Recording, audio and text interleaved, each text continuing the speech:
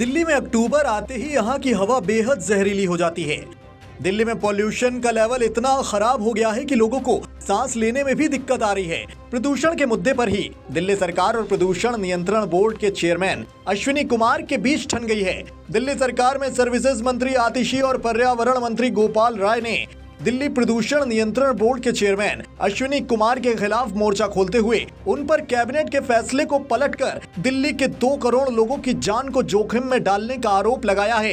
मंत्रियों ने दिल्ली के मुख्यमंत्री अरविंद केजरीवाल को एक नोट लिखकर अश्विनी कुमार को बर्खास्त करने की मांग की है। दरअसल दिल्ली में सर्दियों के मौसम में प्रदूषण का स्तर काफी बढ़ जाता है। प्रदूषण नियंत्रण करने के लिए दिल्ली सरकार winter action plan, summer action plan के तहत काम करती है। गंभीर होते प्रदूषण की स्थिति को देखते हुए दिल्ली सरकार ने इसके कारणों की साइंटिफिक स्टडी का निर्णय लिया था कि किस समय किस एरिया में किस वजह से प्रदूषण बढ़ रहा है, इसकी पड़ताल हो।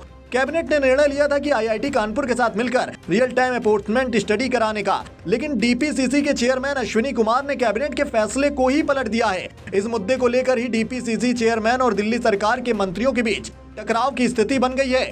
बता दें कि ये पूरी स्टडी 12 करोड़ 727 रुपए की है। स्टडी शुरू करने के लिए 10,60,248 रुपए आईआईटी कानपुर को रिलीज कर दिए गए। बाकी पेमेंट भी दिल्ली सरकार को करनी थी, लेकिन डीपीसीसी ने अभी दिए जाने वाले 2 करोड़ का पेमेंट रोका हुआ है। डीपीसीसी के साथ टकराव पर गोपाल राय कहते हैं, सर्दियों में सबसे ज्यादा उस डेटा की हमें जरूरत है। इस समय वो स्टडी जो है वो बंद कर दी गई। कैबिनेट ने निर्णय लिया स्टडी कराने का, लेकिन डीपीसीसी के चेयरमैन अश्विनी कुमार जी ने स्वयंभू निर्णय लेते हुए स्टडी को बंद करवा दिया। बिना मिनिस्टर के डिस्कशन के, बिना कैबिनेट के डिस्कशन के, बिना किसी निर्णय के कैबिनेट के फैसले को उन्होंने पलट दिया। और जब इस दिल्ली को सबसे ज्यादा जरूरत है इस समय कि उस साइंटिफिक एनालिसिस के आधार पर साइंटिफिक एक्शन को डिजाइन किया जाए, उस समय हमारे पास सोर्स उपलब्ध नहीं है। ये बहुत ही दुर्भाग्यपूर्ण है। गोपाल राय ने आगे कहा कि गैर जिम्मेदाराना निर्णय को देखते हुए हमने मुख्यमंत्री को नोटिस भेजा है कि डीपीसीसी चेयरमैन अश्विनी कुमार को सस्पेंड किया जाए और उन पर अनुशासनात्मक कार्रवाई हो और इस फील्ड के वैज्ञानिकों के जरिए स्टडी को आगे बढ़ाया जाए। आज हमने मुख्यमंत्री जी को नोट भेजा है कि ऐसी स्थितियों में अश्विनी कुमार जी को, जो डीपीसीसी के चेयरमैन हैं, उनको सस्पेंड किया जाए और उनके खिलाफ डिसिप्लिनरी जो है एक्शन। दिल्ली के सर्विसेज मिनिस्टर आतिशी इस मुद्दे पर कहती हैं, 5 अस्पतालों में लोग रेस्पिरेटरी प्रॉब्लम्स के लिए जाते हैं, हॉस्पिटल में एडमिशन्स होते हैं। इस बढ़ते हुए प्रदूषण को कम करने के लिए दिल्ली सरकार लगातार 8 साल से काम कर रही है। कई रिपोर्ट्स भी आई हैं इंडिपेंडेंट ऑर्गेनाइजेशन से, जिन्होंने ये बताया है कि दिल्ली में होने वाला प्रदूषण पिछले कुछ साल में कम हुआ है। लेकिन दिल्ली में प्रदूषण को कम करने के लिए एक बहुत बड़ी बाधा सामने आती है।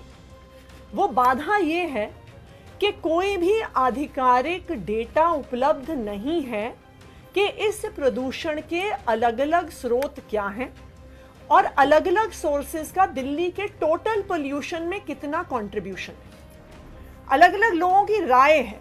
कोई कहता है कि रोड डस्ट से होता है, कोई कहता है व्हीकुलर पोल्यूशन से होता है, कोई कहता है पराली जलने से होता है, लेकिन कोई भी आधिकारिक डेटा मौजूद नहीं है जो ये बता पाता है कि कितना पोल्यूशन कौन से सोर्स से होता है। इससे समस्या क्या आती है? इससे समस्या ये आती है कि कोई भी पॉलिसी बनाई नहीं जा सकती इस पोल्यूशन को कम करने के लिए जब तक सरकार को पता ही नहीं है कि कौन सा पोल्यूशन का सोर्स कितना कंट्रीब्यूशन कर रहा है। इसी समस्या के समाधान के लिए, इसी बाधा को हटाने के लिए जुलाई 2021 में दिल्ली के कैबिनेट ने एक माइलस्टोन डिसीजन लिया कि हम दिल्ली में एक real time source apportionment study करेंगे, जिसका मतलब है रियल टाइम बेसिस पे कौन से एरिया में किस समय पर जो पोल्यूशन हो रहा है उसमें कौन सा सोर्स कितना कंट्रीब्यूट कर रहा है। ऐसी कोई भी स्टडी आज तक भारत में नहीं हुई है। इनफैक्ट मुझे लगता है कि शायद ये ऐसी पहली स्टडी है जो पूरी अभी हाल ही में देखा गया है कि आनंद विहार में प्रदूषण का स्तर सबसे ज्यादा होता है। इसका बड़ा कारण बड़ी संख्या में वहां मौजूद गाड़ियां हैं। वहीं वजीरपुर इंडस्ट्री के कारण भी प्रदूषण वहां ज्यादा हो रहा है। आतिशी अश्विनी कुमार पर निशाना साधते हुए कहती हैं, प्रदूषण का लेवल दिन ब दिन बढ़ रहा है।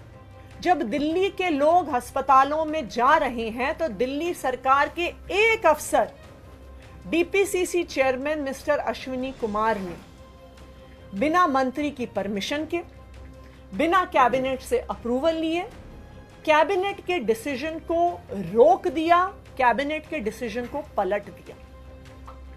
आज 10 करोड़ की मशीनरी और इक्विपमेंट वेस्ट पड़ी है, अनयूज्ड पड़ी है, क्योंकि अश्विनी कुमार जी ने तय कर लिया कि मैं बाकी 2 करोड़ का पेमेंट नहीं करने वाला। सबसे पहला सवाल ये उठता है कि क्या अश्विनी कुमार जी, जो खुद एक इलेक्ट्रिकल इंजीनियर हैं, क्या वो क्वालिफाइड हैं आईआईटी कानपुर की स्टडी को असेस करने के लिए, इसकी मैथमेटिकल मॉडलिंग पर सवाल उठाने के लिए, इसकी केमिकल मॉडलिंग पर सवाल उठा के कहने के लिए कि ये स्टडी सही नहीं। बताया जा रहा है कि डीपीसीसी के चेयरमैन के फैसले के बाद आईआईटी कानपुर का पेमेंट भी रोक दिया गया है। केजरीवाल सरकार को आईआईटी कानपुर से पता चला है कि उनका पेमेंट रोक दिया गया है। दिल्ली सरकार और राज्यपाल में टकराव तो आम बात है, लेकिन ऐसा पहली बार हुआ है कि किसी अधिकारी ने कैबिनेट का फैसला ही उलट दिया हो।